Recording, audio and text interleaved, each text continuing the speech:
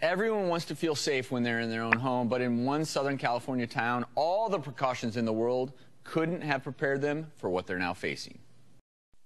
A large number of residents from the San Fernando Valley angered about a major gas leak. They called on SoCal Gas and Mayor Eric Garcetti to shut down that facility. I have terrible headaches. My daughter experienced stomach pain. My son's got nosebleeds. It's just really bad. I want them to move quicker, and I want them to cap this leak immediately. Porter Ranch is officially in a state of emergency tonight. Governor Brown made that declaration today, just after 2 months after that gas leak was discovered there. I'm not sure what the delay was, but I am glad to see it happen. The gas leak is now one of the largest environmental calamities ever recorded in the state. Thousands of residents have evacuated and schools have been forced to relocate. Wow. Please welcome consumer advocate and author Erin Brockovich. Welcome, Erin. So good to have you. I want to ask you, because you've been on the ground, what is your personal account of what's going on? A lot of confusion, a great deal of frustration. A lot of time has gone by. They're still not getting their questions answered, and most importantly, the ongoing assault, if you will, of this gas and what's happening to people's health, concerns for the children, elderly, people who can't get out, those who are relocating are now coming home to finding animals have died. So as this continues to build, number one is the one taking too long, and great concerns about their health. Wow. So just to kind of get an idea of what's really happening, so pretty much all of us across the country could be living on top of gas pipelines. Is that correct? Oh, absolutely. It's an entire infrastructure in this country, and it's a failing infrastructure. Here on the Porter Ranch situation, more than half of the wells out there, this is an oil and gas field, are over 70 years old. Oh, wow. This is a critical well that they knew 5 years ago was a problem. The safety valve that would have prevented this was removed and never replaced. So there's no, so that's why they can't just shut it down. They can't just shut it down. Because that's what confuses me. I'm not, you know, I'm a doctor, but I don't understand how these leaks occur and can't be shut down. So it sounds like the safety valve, where they could have said, okay, we have a problem here, we're shutting it down, that's not possible. And obviously, as Rachel said, these pipelines are all over the country. They're all over the country.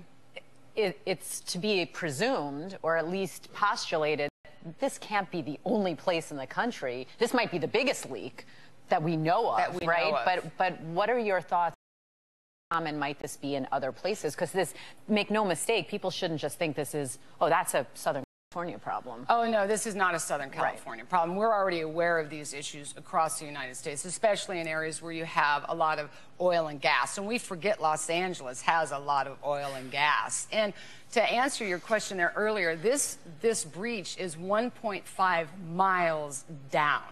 And so they have to be very careful how they address this issue. You're looking at the second largest natural gas reserve in the state of California, if not the United States. There's some 5.5 billion cubic feet of gas under there, under pressure.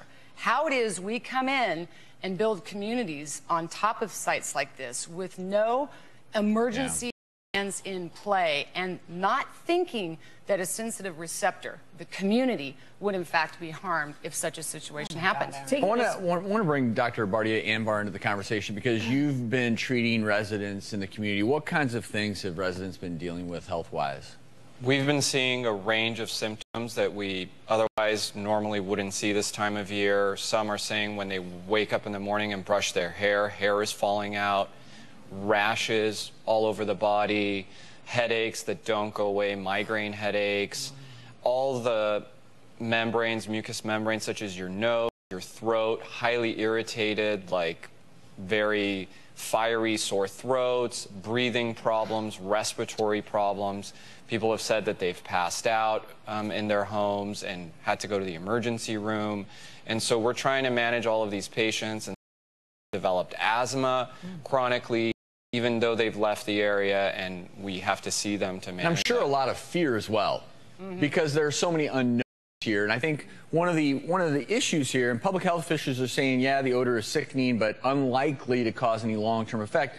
The reality is that they don't know. No one really knows. No. Is it fair to say that? It is fair to say that. And, you know, I tell people this is like an onion, and as you peel back the layers, you're going to learn a whole lot more. And the more you learn and the closer you get to the truth, the smellier it is. This is an oil and gas field. We know there's benzene out there. There's reports now of independent testing homes with levels of benzene. We're waiting on all of our test results to come in. And, you know, I have a sulfur sensitivity, and I've been out there 4 times. I'm on my 2nd round of steroids. I've got a chronic bronchial condition we can't get rid of. Since you've been out there? Since I've been out there. And you've only been out there? The 4th time. Imagine what this community's been going through day in, week after week, month after month, and there's no relief in sight. The closest they're looking at being able to shut this off is the end of March. And we won't know the long-term effects. We now have crude coming up with because this even gas. when they shut it off, it'll still be sitting there beneath the surface, right? Well, just shutting it off is just part of the process. That's an excellent question. And there could be oil vapor intrusion that I think we all are looking at that could be happening. And not only Porter Ranch. This is, we have a low estimate of 187 million pounds of methane already being released into the air. Wow. If we keep going at this rate, we could be looking at 500 million pounds. And so this is going beyond Porter Ranch. Sure. We're now getting reports in Chatsworth and Northridge and parts of Granada Hill. So the magnitude of this in real is enormous. And Aaron, we do have to go, but are there any short-term solutions? Oh my gosh. Or is the main thing you're fighting for, obviously, to get the people in this community the help they need, but just making sure this doesn't happen again? Absolutely, and that's one thing that we're looking at asking in the law, that we cannot continue to make these kind of mistakes over and over again. The cost is too high. We need to learn. We did reach out to SoCal Gas. They said no further comment. Dr. Anvar, Aaron, thank you so much. You're welcome. Thanks for having me.